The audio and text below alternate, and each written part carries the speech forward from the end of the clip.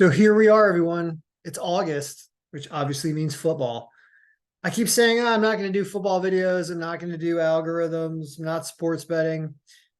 I'm doing terrible at not doing all of those things. A lot of people have already requested NFL, and I realize it's going to take me longer to explain to everyone how to update the file every week. And you just want my work. You just want to get it done. So, okay.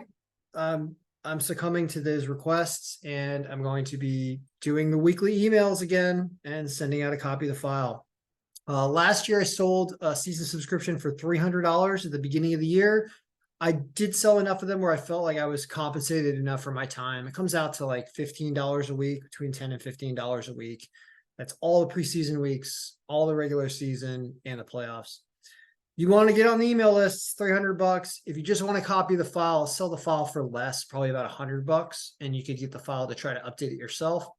But if you want my work, and there's a lot of work that goes into it, especially in the first few weeks, customizing this and getting all the players in, that's the big subscription. I will be sending it out. I'm not going to promise about doing videos this year because I don't want to be focused on that. But I will be sending out the file and doing work.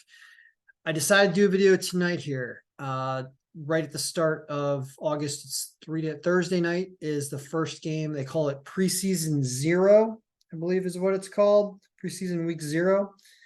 So I grabbed all the players that are projected to be on these teams, even though some of these guys are not going to get signed and will get dropped in preseason, but I added everybody in here. So for those of you that are interested in drafting for fantasy and all the things that go into knowing exactly which players on which team and rosters.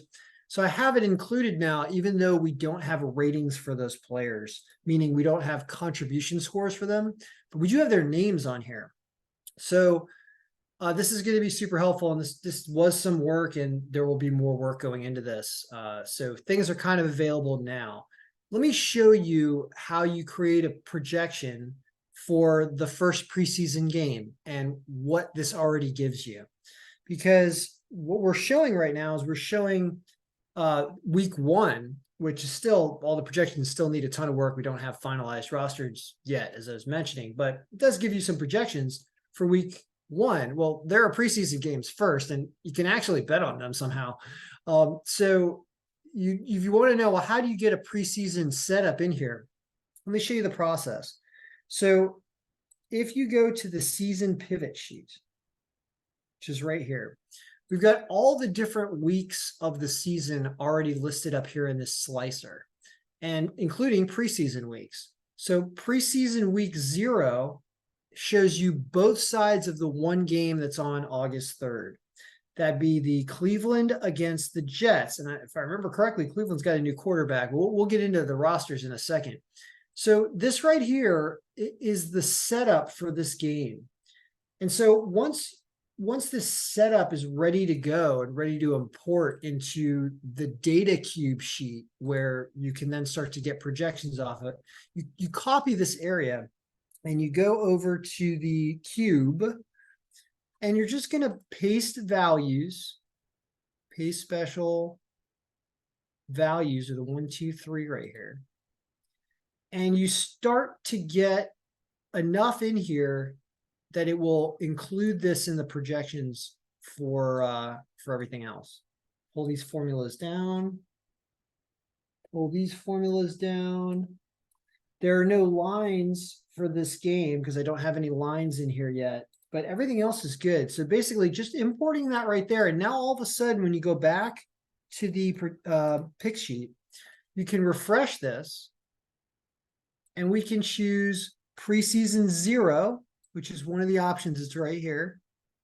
This says P0, preseason 0.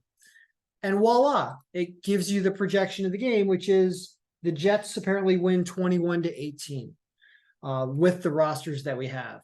So, okay, well, why is that? What's contributing to that? Now is where it gets fun.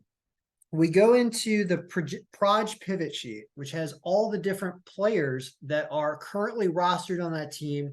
As I mentioned before, some of them are going to get cut and they're not going to stay on this team. So a lot of players, a lot of teams are going to have multiple running backs, multiple wide receivers, even more than normal.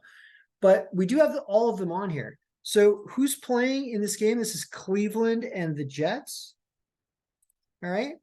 Well, let's take a look and let's start to break down who do we have in here. For example, on Cleveland, we've got people like Nick Chubb. Deshaun Watson now plays for the Cleveland Browns. Okay. Joshua Dobbs. And then some people down here that are going to have 0 contribution scores. That does not mean that they're a non-contributing player. It means they don't have any stats yet, or they haven't played probably any NFL games at all. And they might be rookies, or this is their first season. Even if they were on a different team last year, it's supposed to bring in their stats from that previous team last year. So if they have a 0, these are probably people that are trying out, or rookies or new signs or whatever. So that's where we need to put in some actual numbers for these players when the season starts. We don't have any basis or any baseline at all to use for gauging their impact in this game, which makes preseason and week 1 very difficult. But at least we have names. So there's also Kellen Mond and Dorian Thompson-Robinson that may be, I guess, trying out in the quarterback position right here. Well, what about the Jets? I think Aaron Rodgers is a Jet now, isn't he? There's Zach Wilson and there's Aaron Rodgers. There's also Tim Boyle, Chris Stradelfer, I guess. And there are some injury designations on some of these names. Those will disappear as I update that later in the season and we incorporate the actual injury report when the season starts.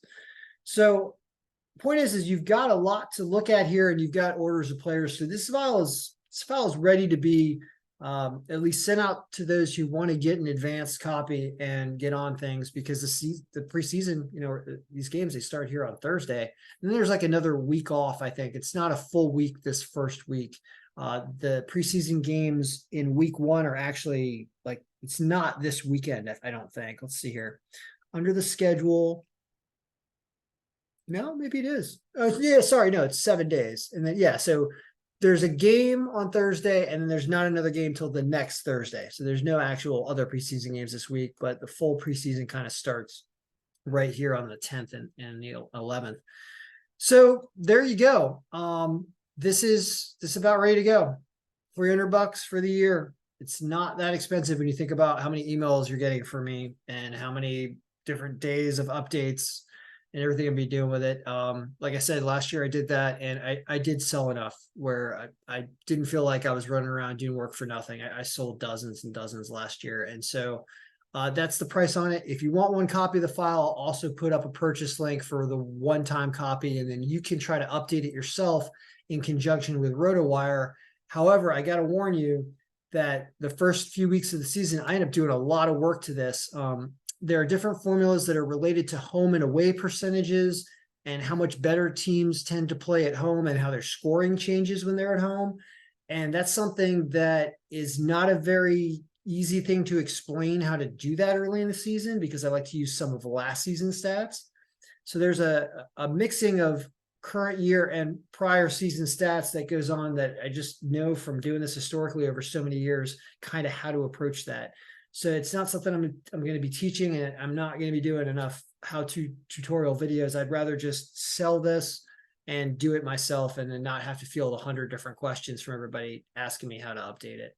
So that's what I'm offering. I can't believe I'm doing this again, but I can believe I'm doing this again because I knew I wasn't going to be able to say no. And I mean, football is fun to watch. Football's fun to watch, I'm not going to lie. So there you go. NFL 2023. Don't expect a lot of videos. I don't get paid for any of these videos. I get paid from selling algorithms.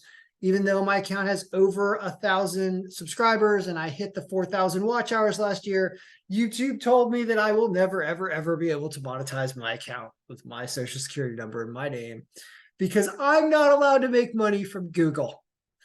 I can only make money from selling this. So that's what I'm doing here. All right. Good luck, everyone. May all your picks be winning. May Aaron Rodgers light it up for preseason week 0. The Jets may be a team to be reckoned with this season.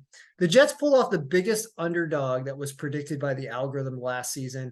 If you dig back to the time that the Jets played Buffalo, I believe it was in Buffalo, algorithm predicted they were going to win 21-18 and they won like 21-19 or something. They were plus 600. It was the most amazing thing that the algorithm had done in a long time.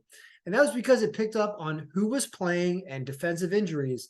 And this algorithm takes into account players that are playing when it's doing the projected scoring. And that's what makes it more valuable than what the more valuable than any other model. Like basically, so because we use just the players and we take into account injuries, our projected scores don't always align with what the odds makers have. We actually show a couple different ways of looking at this, meaning there's a win score percentage, which shows up right here. This win score percentage, that oftentimes is much more in line with what the odds makers are thinking because it's based on team stats throughout the year. But the projected score sometimes does not agree with that and does some really interesting things. And that's because it's showing you who's actually playing in the game and the impact of defensive injuries on the score. So that's kind of the secret sauce to this algorithm, is really what it does with player stats and projections. And so it's valuable. Comments were positive last year. I don't get a lot of complaints about this one. Doesn't work every week. Nothing does, but it certainly provides some intelligence that will be helpful, and some things for fantasy that are also really helpful. All right. So good luck, everyone. Enjoy the football season. Not too many videos coming out from me about football, but I will be sending out the emails and sending out the file. And of course, fielding questions from those who pay and subscribe for this. All right. Good luck, everyone. May all your picks be winning. See ya. Bye.